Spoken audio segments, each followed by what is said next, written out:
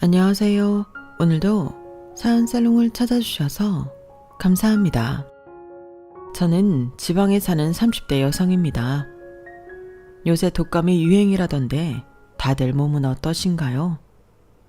저도 최근 임신 준비를 하면서 몸 관리 중인데 며칠 전 몸이 으슬으슬해서 걱정이 이만저만이 아니었어요. 그런데 얼마 전 시원한 복수를 하고 나니 몸이 개운하더라고요. 몸살은 온데간데 사라지고 몸은 가뿐하고요. 역시 요즘 몸이 으슬으슬하던 건 계절이나 유행하는 독감 때문이 아니라 제 개인적인 스트레스 때문이었어요. 왜 스트레스가 만병의 근원이라잖아요. 스트레스를 최대한 안 받으려고 하는 게 인삼이나 홍삼을 먹는 것보다 몸에 좋은 일인 것 같다는 생각이 새삼 들었어요. 그러니까 여러분들도 항상 스트레스에 유의하세요. 그리고 제가 오래 가지고 살았던 스트레스는 저희 엄마가 해결해 주셨어요. 저희 엄마가 굉장히 자애로우신데 매일 해오시던 선행 덕분에 제가 시원하게 사이다 한 잔을 들이킬 수 있었어요. 무슨 이야기인지 궁금하시죠? 먼저 제 이야기를 좀 할게요. 저는 지방의 한 도시에서 태어나 이곳에서 자라고 공부했어요. 그리고 이곳에서 가장 좋은 대학교를 다녔고 대학교를 졸업하기도 전에 한 식품회사에 취직해 일을 했었죠. 그런데 일이 적성에 맞지 않았어요. 사람들과의 관계도 힘들었고요. 그래서 고민하다가 퇴사하고 공장에서도 일해보고요. 카페 아르바이트도 하다가 지금은 3층짜리 규모가 큰 한의원 원무과에서 일하고 있어요. 지금 다니는 한의원에서 일한 지는 2년이 되어 가네요. 원무과 일도 적응이 되어서 익숙해졌고 한의원 원장님도 좋고 직원들도 제가 간호사 문화는 잘 몰라서 어려울 때도 있지만 또래가 많아서 나름 쉬는 시간에 커피도 같이 마시면서 즐겁게 일하고 있어요. 저는 지금 제가 일하는 곳에 대해 불만은 없어요. 생각해보면 식품회사에 다녔던 때는 많이 어렸던 것 같아요. 업무에 대해 처리하는 게 아니라 이해하려고 했으니까요.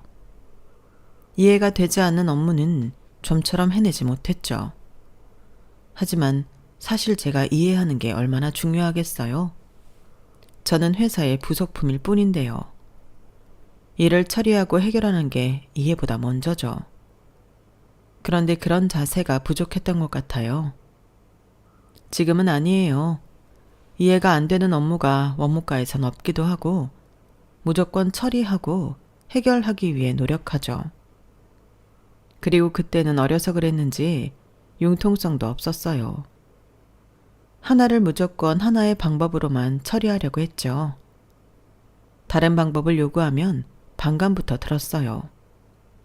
어쩌면 그게 또 하나의 좋은 방법이 될지도 모르는데 말이에요.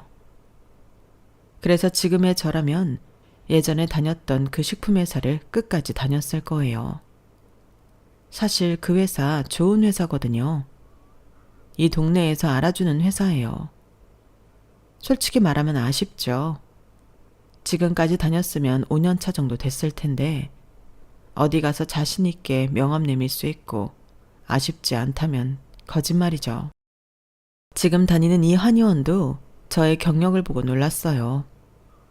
그 좋은 회사에 다니다 여러 군데 이직한 것도 놀라운데 여기를 선택한 이유가 뭐냐면서요. 그 말을 듣고 저는 제가 한 선택이 잘못되었나 싶기도 했어요.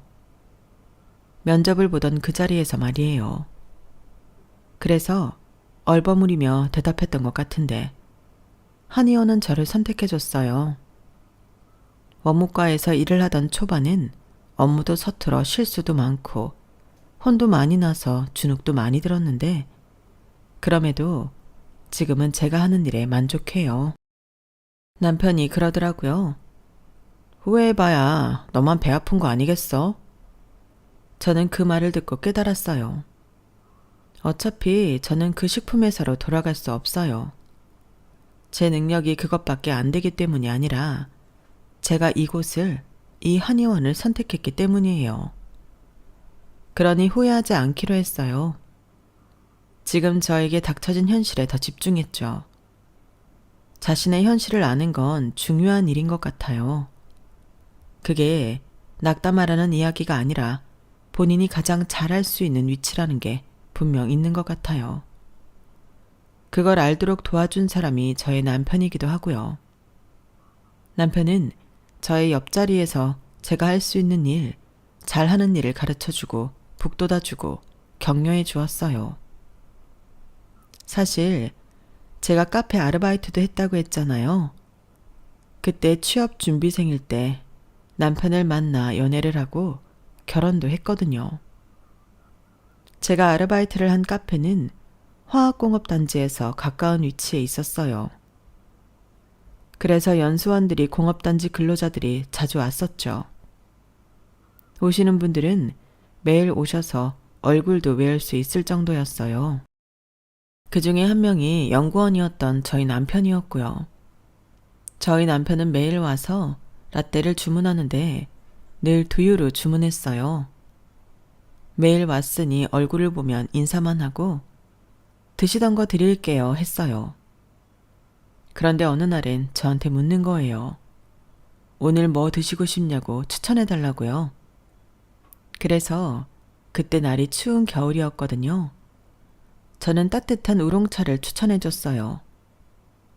그러자 남편은 두유로 만든 카페 라떼에 따뜻한 우롱차를 주문하더라고요. 그리고 제가 카페 라떼와 우롱차를 만들어주자 우롱차는 저보고 마시라고 하더라고요. 능숙하게 말하지도 않았어요. 서툴게 우롱차를 저한테 건네더라고요. 저는 남편이 나가고 웃으며 우롱차를 마셨어요. 그 따뜻한 맛을 아직도 잊지 못해요.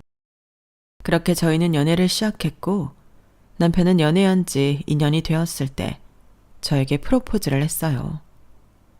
프로포즈를 할 것 같았는데 왜냐하면 매일 만나던 남편이 자주 어디를 가봐야 한다면서 약속을 미뤘거든요. 그래서 저는 불안했어요. 그때까지 저는 여전히 카페 아르바이트생이었으니까요. 그때 저는 꽤나 불안정했어요. 계속 취업의 문을 두드리고 있었지만 그 문은 저에게 쉽게 열리지 않았죠. 뭐가 부족한 걸까 매일 생각했어요. 그러면서 이대로 카페 아르바이트생으로 머무르는 건 아닐까? 혹은 이대로 결혼을 하고 고학력자의 주부가 되는 건 아닐까 하면서 말이에요. 지금은 맞벌이 시대잖아요. 아무리 남편이 연구원으로 꽤 많은 돈을 벌고 있지만 아이를 키우고 하다 보면 돈에 허덕일 텐데 요새는 한 아이를 키우는데 3억이 넘게 든대요 글쎄. 그러니 집에서 집안일 하면서 내조만 하고 싶진 않았어요. 게다가 제가 방금 고학력자인 걸 언급했잖아요. 저는 힘들게 대학교를 다녔어요. 처음엔 친정엄마가 대학교도 꼭 가야 하냐고 물으셨어요. 돈이 없어서요. 그렇다고 제가 월등히 공부를 잘했던 것도 아니에요. 보통 수준, 딱 보통 수준이었죠. 그러니 장학금을 받고 들어가지도 못했고 이후에도 장학금을 받을 일은 거의 없으니 엄마도 걱정이셨던 거죠. 지금은 저도 이해해요. 하지만 그땐 이해가 안 돼서 무작정 가야 한다고 나도 남들만큼 경험하고 싶다고 떼를 썼어요. 그리고 부모 이기는 자식 없다죠. 저는 대학교에 입학해 학교를 다녔어요. 그리고 지금까지 학자금 대출을 갚고 있죠. 그러니 제가 결혼을 해서 주부의 삶을 선택하면 저희 친정엄마는 속으로 그러실 거예요. 겨우 집에서 살림하려고 대학교를 가겠다고 온갖 떼를 썼냐? 설령 그러지 않을지라도 저는 싫었어요. 그리고 저는 내조를 그렇게 잘할 것 같지도 않았고요. 이 도시 토박이로 살면서 집에서 떨어져 본 적이 없어서 집안일 한번 제대로 배워본 적이 없는걸요. 그래서 남편이 프로포즈를 했을 때 기쁘면서도 몹시 망설였어요. 그러자 남편이 당황해서 무슨 일 있냐고 묻더라고요. 프로포즈 해줘서 고마워. 고마운데 나는 이대로 결혼 못해. 최소한 내가 직업이 있어야지. 안 그래? 요새 아이 키우는데 3억이 넘게 든대. 한 아이당. 그런데 내가 놀 순 없잖아. 그러자 남편은 살림하는 게 왜 노는 거냐며 살림도 한 가정에 있어 매우 중요한 일이라고 저를 혼냈어요. 그러면서 자기는 제가 직장을 구할 때까지 기다려줄 수 있다고, 그리고 제가 직장을 구할 것을 믿어 의심치 않는다고 말하더라고요. 그래서 처음엔 그 말이 결혼을 기다린다는 말인 줄 알았는데 남편이 반지를 약지에 끼워주더군요. 결혼을 하든 말든 너를 향한 내 믿음은 변하지 않아. 대신 지금 나와 결혼해줬으면 해. 잘 생각해봐. 우리가 결혼을 하면 일단 생활적으로 안정될 거고, 그럼 네가 발등에 불 떨어진 것처럼 일을 구하지 않아도 될 것 아니야. 나는 네가 이번에도 신중하게 일을 구했으면 좋겠어. 그리고 내가 거기에 도움이 되고 싶고, 난 널 믿어 의심치 않아. 남편의 그 말에 저는 결혼을 승낙했어요. 그리고 결혼 준비를 했죠. 저는 결혼 준비를 하면서 놀란 점이 몇 가지 있었어요. 바로 남편의 가족에 관한 일인데요. 남편은 연애를 하면서 가족에 관해서 일절 말이 없었어요. 그리고 저도 외동이어서 크게 궁금하지 않았고요. 그런데 결혼 준비를 하다 보니 남편이 둘째더라고요. 위로 누나가 있고 아래로는 남동생이 있었어요. 그것도 누나는 같은 단지에서 일하는 연구원이라고 하더라고요. 남동생은 반도체 회사에 다닌다고 하더라고요. 벌써 10살짜리 아들이 있는 애 아빠야. 나이는 나보다 3살이나 어린데 말이야. 25쯤인가? 사고 쳐서 결혼했어. 그런데 무탈하게 잘 살아. 재수 씨가 좀 독특하긴 한데 말을 가리는 스타일이 아니어서. 아, 그렇다고 욕하는 건 아니고 그냥 좀 톡톡 튀는 스타일이랄까? 남동생이 그런 취향이었다는 게 좀 놀라울 정도? 남동생은 엄청 과묵하거든. 우리 집에서 내가 제일 말이 많아. 누나도 과묵해. 누나는 아직 결혼 안 했고 앞으로도 안 할 것 같아. 그러니까 그 이야긴 앞에서 하지 말고. 누나와 남동생 그리고 저에겐 동서될 사람에 대한 이야기를 남편은 이렇게만 했어요. 그 뒤로 더 이야기하지 않았죠. 저도 달리 궁금한 게 없었고요. 그리고 상견례 날짜가 다가왔어요. 상견례 때 저는 남편의 가족들을 모두 볼 수 있었어요. 저는 친정 엄마와 저밖에 없는데 남편은 시어머니, 시아버지, 새언니, 도련님, 동서, 10살 된 조카까지 수가 너무 많았어요. 그래서 남편과 새언니는 저희 쪽에 앉아야 했어요. 그런데 그 모습을 동서가 보더니 그렇게 한 가족 같네요 하는 거예요. 그 말에 시어머니는 기분이 상하신 것 같았어요. 무슨 가족이야. 아직 식도 안 올렸는데. 옛말에 식 올리기 전엔 아무도 모른다고 했어. 별소리를 다 한다. 시어머니의 그 말씀에 저희는 어색하게 하하 웃었어요.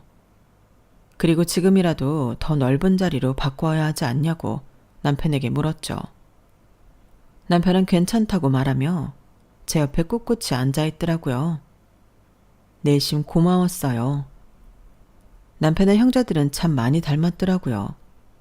이목구비부터 풍기는 분위기까지 닮아서 누가 봐도 남매인 것 같더라고요.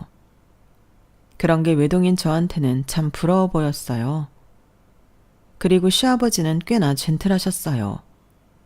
시어머니의 의자도 빼주시고 물도 나누어 주시고 그 시대 남성이 풍기는 권위적인 분위기를 풍기진 않으셨어요. 물론 남매와 마찬가지로 과묵했지만요. 시어머니는 키도 작고 체구도 작은 게 귀여우셨어요. 동서는 이목구비가 화려하게 생겼더라고요. 그래서인지 조카도 예쁘게 생겼더군요. 식사가 나오고 남편은 저희가 어떻게 만났고 얼마나 만났는지, 어떤 마음으로 결혼을 준비하고 있는지 설명했어요. 저는 그 설명을 듣고 시댁에선 저에 대해 정말 아무것도 모르고 있다는 걸 알았죠. 그러면서 남편은 올해가 가기 전에는 결혼식을 올리고 싶다고 말했어요. 그래서 저희 친정엄마가 좋은 날짜를 잡아보겠다고 말했어요. 저희 엄마가 자주 가는 점집이 있거든요. 그러자 동서가 하하 웃었어요. 사주요? 어머, 요새 누가 그런 걸 믿어요? 참 고리타분하시다. 날짜 보기도 전에 거기서 궁합 안 맞다고 하면 결혼 말리시라고요? 저희 엄마는 뻔히 당황한 게 보였어요. 그러자 동서는 다시 웃었어요. 아니 뭐 그런 거 믿는 사람들을 비하하는 건 아니에요. 시대가 시대라는 거죠. 그러면서 천연덕스럽게 식사를 하더라고요. 그리고 동서는 뭐가 그렇게 궁금한지 저한테 이것저것 묻는 거예요. 제가 들은 게 하나도 없어서 그런데 혹시 몇 살이세요? 아주버님이랑 같이 있으니까 꽤 어려 보이는데. 네? 28이요? 그럼 몇 살 차이야? 6살 차이? 그러면 저보다 2살이나 어리네요? 헐, 대박. 그런데 제가 형님이라고 불러야 하는 거죠? 어머니, 이게 맞아요? 아주버님이 잘못했네. 족보 꼬이게 이게 뭐예요? 오빠, 들었어? 나보다 무려 2살이나 어리대. 나 자존심 상해. 그 말을 듣고 저는 대체 뭐가 자존심이 상하다는 건지 알 수가 없었어요. 호칭은 그저 호칭일 뿐이잖아요. 그러면서 동서는 차라리 이름으로 부르자고 말하는 거예요. 자존심이 상하다는 말이 농담이 아니었나 봐요. 그런데 시아버지도 시어머니도 제재를 안 하시더라고요. 그래서 저희 엄마가 호칭은 호칭이지 않냐고 동서를 어르고 달래듯이 말했어요. 그리고 저희 남편도 그런 비슷한 말을 했고요. 그러자 동서가 뭐라고 했는지 아세요? 참, 아주버님도 욕심이 과하시네. 어떻게 6살이나 어린 여자를 만나지? 지훈 씨가 갓 태어났을 때 아주버님은 뛰고 노래하고 하신 건 아시죠? 아니면 아주버님이 연구원이어서 지훈 씨가 꼬신 건가? 그 말에 저는 기가 막혔어요. 저희 엄마도 그 말을 듣고 아무 말도 못 하셨죠. 그러니 동서는 계속 말을 해도 되는 줄 알았는지 나불나불 거리더라고요. 그럼 어디서 일하세요? 카페요? 카페 사장님이세요? 아르바이트요? 지금 28인데 아르바이트예요? 아유, 어머니가 고생이 많으셨겠어요. 언제까지 하려고요? 직장 구할 때까지요? 그런데 결혼을 해요? 취직 아니야? 그쵸? 대학은요? 아, 여기에 있는 대학교요? 그건 아시나 몰라? 저도 서울에 있는 대학교, 이 사람도 서울에 있는 대학교, 아주버님도 서울에 있는 대학교, 언니도 서울에 있는 대학교 나왔어요. 그냥 알고 있으라고요. 그 소리에 한숨이 절로 나오더라고요. 그런데 동서라는 사람은 제 표정도 못 살폈는지 계속 주둥이를 나불거리더라고요. 정말 솔직히 말하면 그 자리를 박차고 나가고 싶었어요. 그런데 그럴 때면 남편이 테이블 아래서 손을 잡아줘서 겨우 버티고 상견례를 끝냈어요. 그리고 친정엄마를 집에 데려다 드리고 남편을 만났어요. 남편이 미안한 표정을 짓더라고요. 정말 미안해. 내가 전에도 말했지? 재수씨가 좀 톡톡 튄다고. 그래도 이 정도일 줄은 몰랐네. 나도 왕래를 잘 안 해서 마음 많이 상했지. 정말 미안해.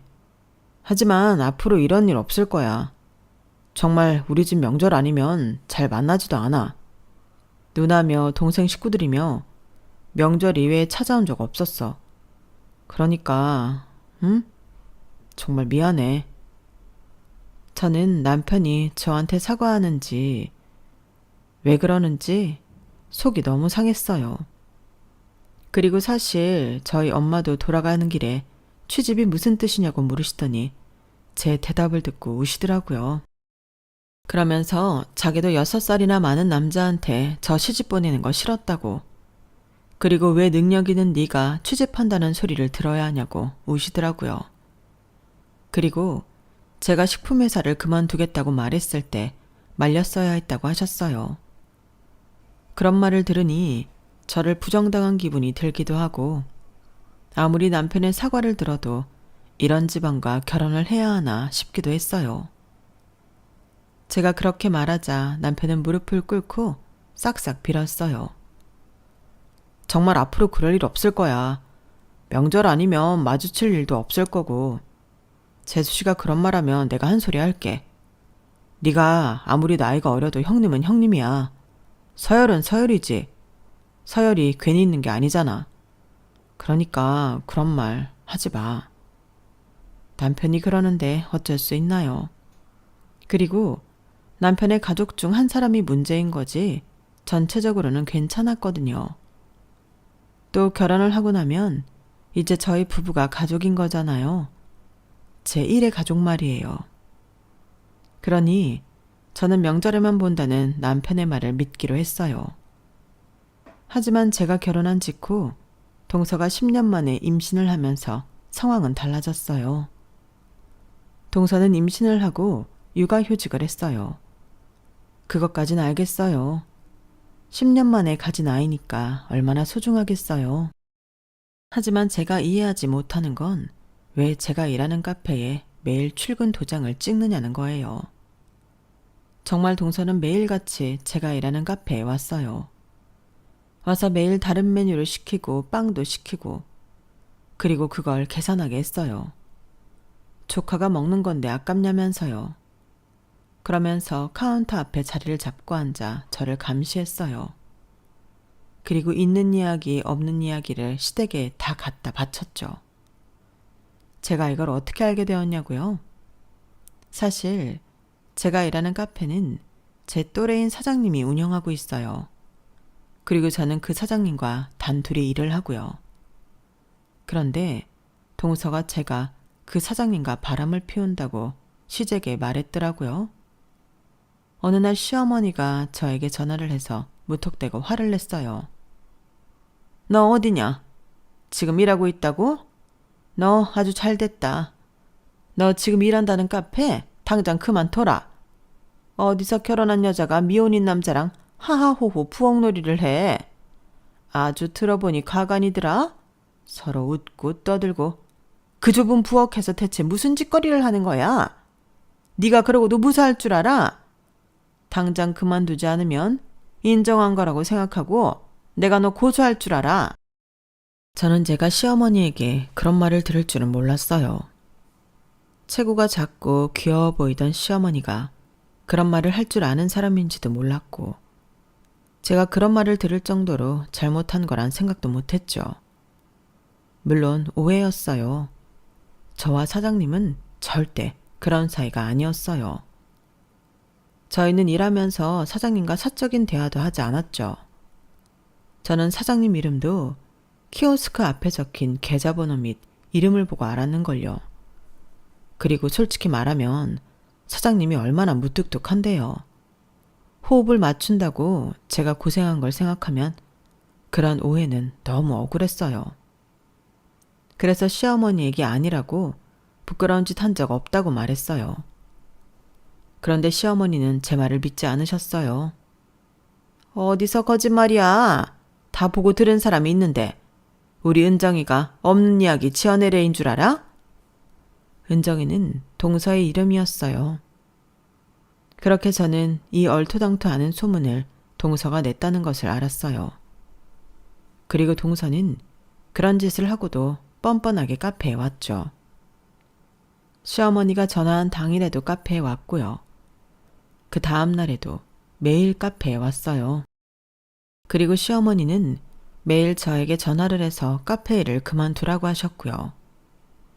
결국 이 이야기는 남편에게까지 들어가서 남편도 저를 의심하는 것 같았어요. 남편이 은근히 그만두었으면 하는 눈치더라고요. 언제는 둘이 사소한 일로 다퉜는데 그때 제가 바람을 쐬러 나가려 했단 말이에요. 그러니 남편이 저를 잡으며 화를 내더라고요. 어디가? 이 늦은 시간에 바람을 쐬러? 거짓말하지 마. 어디 갈 데가 있단 소리지? 믿을 구석이 있단 소리지? 저는 그 말을 듣고 남편이 저와 사장님 사이를 단단히 오해하고 있다는 걸 알았어요. 그래서 저는 다툰 건 둘째치고 오해를 풀어야 할 것 같아서 오해라고 말했죠. 하지만 남편은 확실히 믿지는 않더라고요. 그런 눈치였어요. 그런 일도 있고 하니 그 다음날 결국 참다 못한 제가 동서에게 상황을 물었어요. 동서는 제가 퇴근을 하면 같이 카페에 나와서 제가 집까지 데려다 줬거든요. 올 때는 제가 일찍 출발하니 따라오고요. 그런데 동서는 천연덕스럽게 안전벨트를 채우더라고요. 제가 뭘요? 제가 본 걸 말씀드린 건데요. 솔직히 형님도 그분한테 마음이 전혀 없진 않잖아요.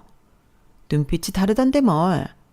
아마 아주버님이 그 모습 보면 눈물이 다 날 거예요. 안 그래요? 그래서 제가 막 화를 냈어요. 어떻게 그런 유언비어를 퍼뜨리냐고요.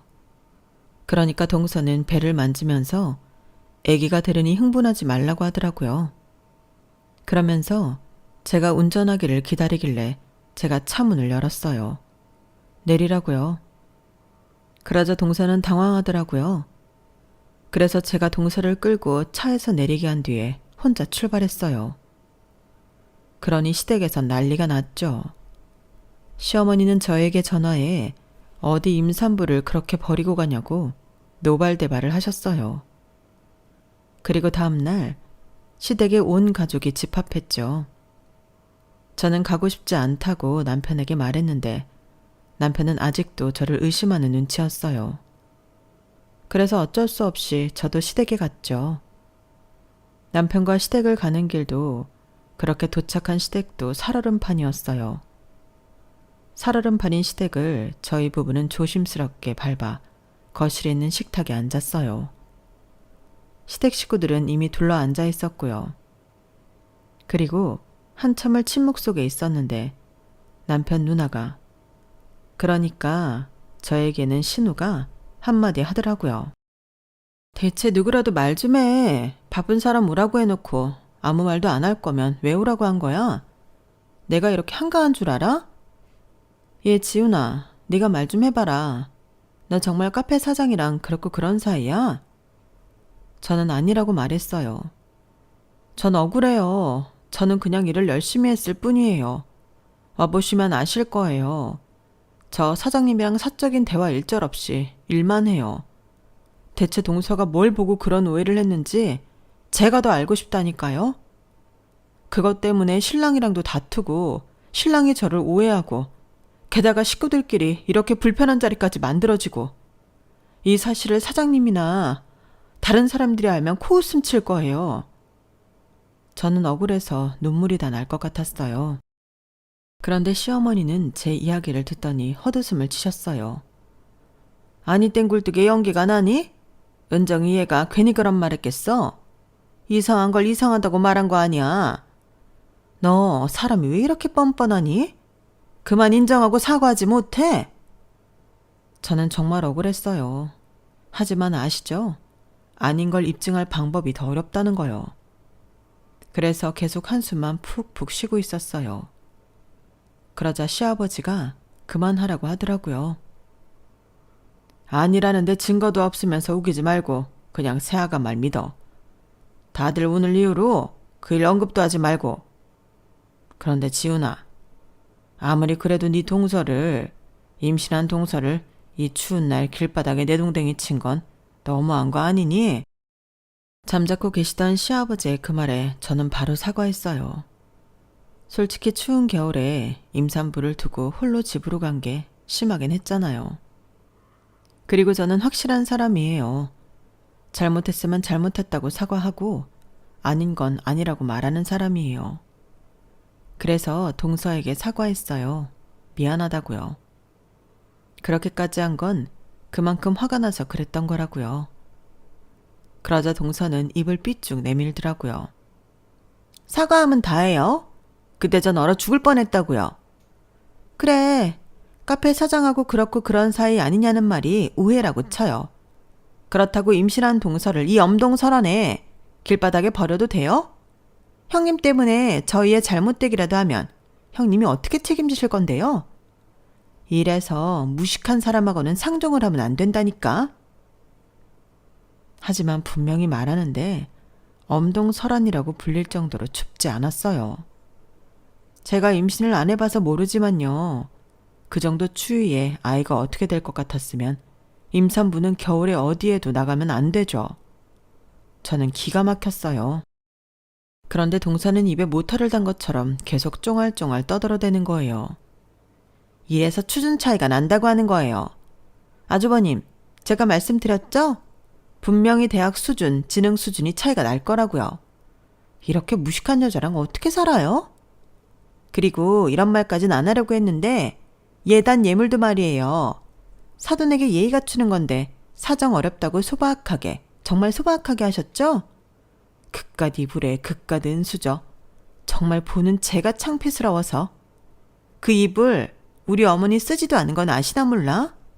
내가 그래서 말했어요. 그냥 당근에나 팔으라고요.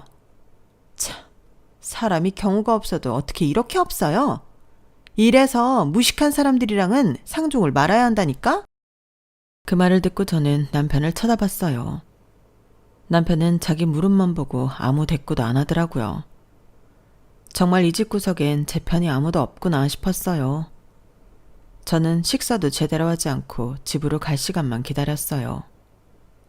그리고 집으로 돌아가는 길에 남편이 이런 이야기를 해주더라고요. 재수 씨 집안 엄청 잘 살아. 그래서 엄마가 처음엔 애 지우라고 도시락까지 싸들고 말리다가 그만뒀지. 그 덕에 엄마 아빠 지금 매달 재수 씨한테 따로 용돈 받아. 그게 무슨 뜻인지 알지? 네, 저는 무슨 뜻인지 알았어요. 저는 쥐뿔도 없는 집안의 딸이라서 이런 대접 받는 거고, 동서는 잘 사는 집안 딸이라서 어화둥둥 예쁨 받는 거고요. 투자한 만큼 가치가 나는 거지. 저도 남편도 그 말에 동의를 하는데 그 말은 저를 더 화나게 할 뿐이었어요. 하지만 한편으로는 돈 때문에 무조건적으로 동서의 편을 들어야 하는 시부모님이 안쓰러워 보였어요. 그래서 저는 그 사건 이후로 시댁에서 동서와 트러블이 없게끔 노력했어요. 제가 없는 돈을 드릴 수는 없으니까요. 그거라도 한 거죠. 그리고 저는 한의원 원무과에 합격해 일을 앞두고 있었어요. 남편이 신이 나서 시댁에도 말했어요. 그래서 시댁 식구들 저희 친정 엄마가 모여 식사를 했죠. 그때 동서와 도련님은 없었어요. 아기가 곧 나올 것 같다며 병원에 있었죠. 그런데 불행하게도 제 취업 축하 케이크 촛불에 불을 붙이려는 순간 시어머니에게 전화가 왔어요. 도련님이었고 아이가 나왔다는 소식이었어요. 그 소식을 시어머니가 전하자마자 모두들 일어나 산부인과로 향했죠. 어쩔 수 없는 일이었지만 제 취업 축가는 수증기처럼 증발해 사라지고 산부인과로 가는 차 안에서부터 아이를 보고 나온 뒤에도 모두들 동서 이야기만 하는 것이 서운하긴 하더라고요. 그걸 알아차린 건지 엄마가 제 손을 꼭 잡았어요. 저는 겨우 마음을 진정시킬 수 있었어요. 그리고 다음날 친정엄마가 시간을 빼 저희 집으로 왔어요. 무슨 일인가 싶어서 문을 여니까 반찬을 바리바리 싸들고 오셨더라고요. 이게 뭐냐고 물으니 아이 낳은 거 뻔히 다 알고 봤는데 모르는 척 넘어가기 그래서 동서를 위해 반찬을 좀 만들었대요. 저는 동서가 까탈스럽게 굴지 않을까 걱정했는데 가져다 주니 잘 먹더라고요. 물론 더 가져다 달라는 염치 없는 말도 있지 않았죠. 그래도 엄마에게 말하니 엄마가 좋아하며 반찬을 몇 가지 더 해주셨어요. 그리고 제가 그걸 동서에게 가져다 주고 그걸 몇 번을 했네요. 아니, 동서가 육아휴직을 끝내고 복직하고 나서도 동서는 저희 엄마 반찬을 가져다 달라고 말했어요. 그러더니 언제는 동서의 이름으로 부재중 전화가 2통이나 와 있더라고요. 일을 마치고 전화를 해보니 상기된 목소리로 동서가 그러는 거예요. 어머 형님, 왜 전화를 이제 받아요? 제가 엄청난 빅 뉴스를 알았다니까요. 내가 괜히 입에 맞았던 게 아니라니까. 아니, 저희 회사 잘 나가는 식품회사라서 그런지 구내식당 음식 엄청 괜찮거든요. 다들 그래서 질린 사람 아니면 나가서 잘 안 먹어요. 그건 저도 알고 있었어요. 저도 그 식품회사 다녀봤으니까요. 그때도 음식이 참 괜찮았어요. 그런데 아직도 그 맛을 유지하고 있나 보더라고요. 근데 저는 동서가 대체 무슨 말을 하려는지 도통 알 수가 없었어요. 아니, 왜 모르는 척을 하세요?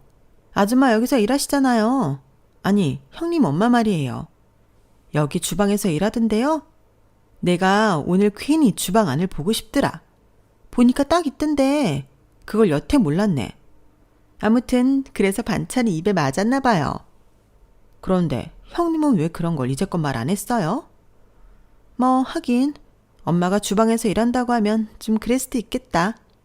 아무튼 그래서 아줌마한테 반찬 잘 먹었다고 그랬네요. 그리고 아줌마 내일은 쉬신다고 하더라고요.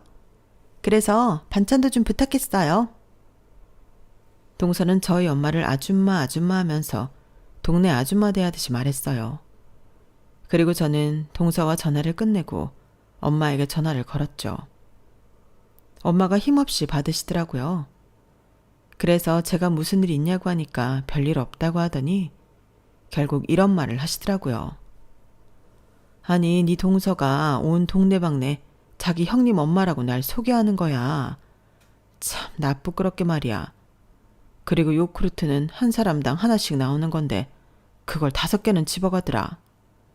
그러면서 그때 오해했던 이야기도 사람들한테 하고 퇴식구에 그릇도 안 놓고 가고 같이 일하는 사람들이 뭐 저런 사람이 있냐고 하는데 내가 뭐 대놓고 이렇다 저렇다 말할 수도 없잖니? 이럴까봐 내가 상견례 때 여기서 일한다고 말 안 한 건 아닌데 얘 내 생각보다 더 하더라. 저는 그 이야기를 듣고 무척 화가 났어요. 그래도 저희 친정엄마는 제 가족이라고 쉬시는 날 반찬을 해서 보내주셨어요. 저는 그걸 동서에게 가져다 두러 가면서 오늘은 한마디를 해야겠다고 생각했어요. 그런데 동서는 제 마음도 모르고 반찬을 받고 좋아하며 냉장고에 넣더니 설거지도 안 한 반찬 그릇을 제가 들고 온 종이 가방에 넣더라고요. 그리고 선물 세트를 건네는 거예요. 뭐냐고 물으니 저희 엄마 가져다 주라고 하더라고요. 그런데 자세히 보니 이미 한번 뜯은 거였어요. 아, 뭔지 몰라서 한번 뜯었는데 괜찮죠? 저희는 이런 거 잘 안 먹어서. 그런데 아줌마 머리 나쁜 게 형님하고 비슷하네요. 꼬등의 조림이 뭐야? 동서는 엄마가 적어놓은 반찬 이름을 보고 웃었어요. 하지만 그건 오타가 아니에요. 꼬등에는 고등어의 전라도 사투리죠. 그런데 동서는 저희 엄마가 무식하다는 듯이 말했어요. 사투리가 무식한가요? 그럼 표준어만 유식한 거고요. 그래서 저는 친정엄마에게 전화해 이제 반찬 만들지 말라고 말했죠. 그 뒤 동서에게 엄마가 요새 반찬 만들 시간이 없다고 말하니 입을 삐쭉 내밀면서 투정을 부리더라고요. 정말 누가 보면 동서가 저희 집 딸인 줄 알겠어요. 그러다 어느 날 저희 엄마한테 문자가 온 거예요. 네 동서 연락받지 마라. 그리고 귀신같이 동서에게 전화가 왔어요. 저는 엄마 말을 듣지 않고 동서의 전화를 받았죠. 어떻게 해요, 언니? 저 이제 잘릴지도 몰라요.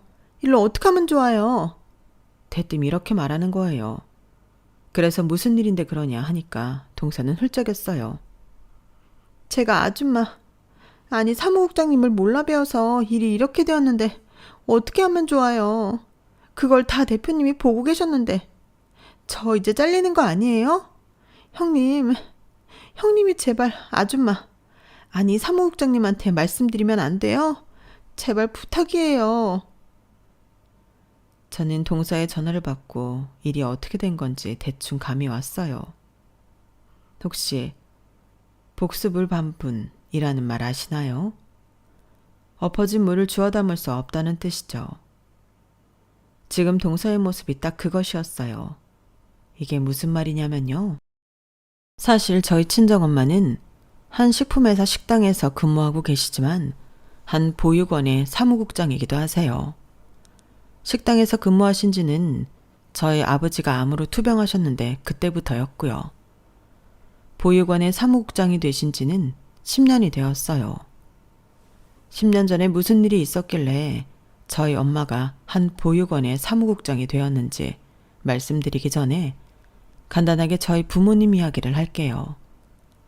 저희 엄마는 저희 아빠를 보육원 봉사하시며 만났어요.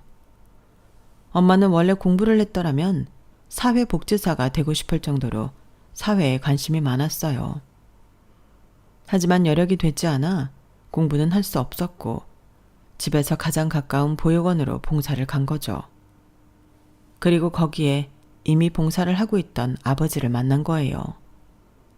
그들은 죽이 척척 맞는 동료였어요. 눈빛만으로도 뭐가 필요한지 알았고 뭐가 문제인지 알았죠. 그래서 부쩍 친해져 서로 있는 이야기 없는 이야기를 하다가 연애를 하게 되었어요. 그리고 결혼을 했고 결혼을 하고서도 봉사를 멈추지 않았죠. 저희 친정엄마는 늦게 저를 임신했는데 임신을 하고도 태교에 좋을 거라며 봉사를 하셨어요. 저를 낳고도 주말만 되면 보육원으로 가셨어요. 저를 데리고요. 그래서 저는 많은 친구들과 함께 놀면서 컸어요. 주말만 되면 언제나 친구가 있는 놀이터에 가는 기분이었죠. 그러다 제가 22살 때 아버지가 대장암 말기 선고를 받았어요. 예후가 좋지 않았죠. 그 이야기를 듣고 저희 엄마는 한 식품회사 구내식당에서 근무하기 시작했어요. 늦은 오전부터 오후까지 구내식당에서 일을 하고 병원으로 퇴근해 아버지를 돌봤죠. 하지만 아버지는 괜찮아지지 않았어요. 결국 연명치료를 거부하고 집으로 돌아가 집에서 돌아가셨어요. 유언을 남기시고요. 아버지의 유언은 이거였어요.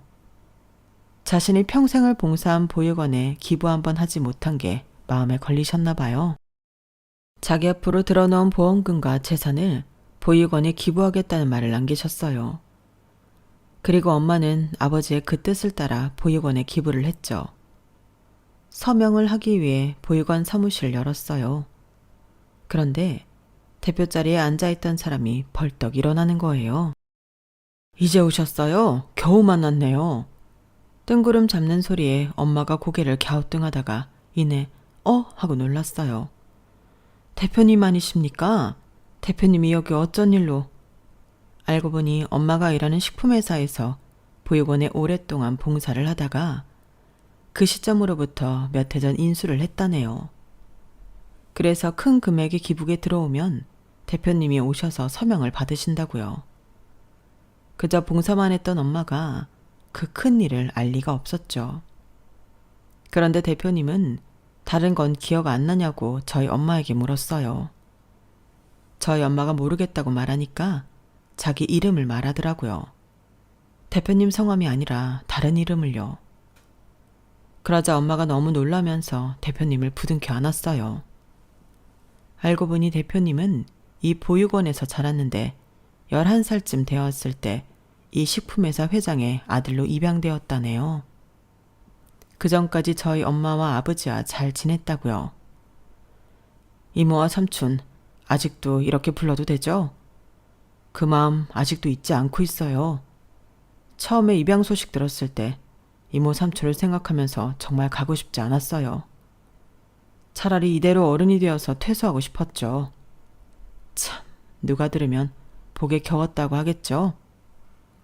그만큼 저희한테 잘해주셨잖아요. 그 어떤 목적도 없으셨고 한결같이 다정하셨고 특히 혼나야 할 땐 누구보다 진심을 다해 혼내셨잖아요. 불쌍한 애들이라고 불쌍하게만 보지 않으셨어요. 사람으로 대해주셨죠. 그 마음을 잊지 않고 저 대학생이 되었을 땐 해외 봉사도 다녀왔어요. 그리고 가업을 물려받고 나선 이 보육원을 인수했죠. 그러고 싶었어요. 더 관리하고 싶었어요. 사실 이 자리 제 와이프 자리인데 오시는 분 성함 보고 제가 왔어요. 이제 기억나시죠? 엄마는 저를 소개하며 우스갯소리로 대표님이 자기가 점찍어둔 사윗감이었다고 말했어요. 그스레 대표님은 하하 웃고 저는 민망했네요. 그리고 서명을 했어요. 이제 가려는데 대표님이 조심스럽게 묻더라고요. 혹시 사무국장 자리가 남는데 도와줄 수 있겠냐고요. 저희 엄마가 화들짝 놀라 그런 건 할 수 없다고 했는데 마음이면 충분하다고 분명 잘해낼 수 있을 거라고 대표님이 북돋아 주시고 저도 찬성해서 엄마는 그날부로 사무국장이 되셨어요. 대신 엄마는 두 일을 할 수 있게 해달라고 했어요. 그래서 식당에서도 일을 하고 계신 거였어요. 그런데 동서가 전화가 온 당일에 동서는 그것도 모르고 또 저희 친정엄마를 무시하고 험담했나 봐요. 그러다 대표님이 오셨는데 대표님이 저희 엄마를 사무국장님이라고 불렀어요. 아마 일부러 그렇게 부르신 듯해요.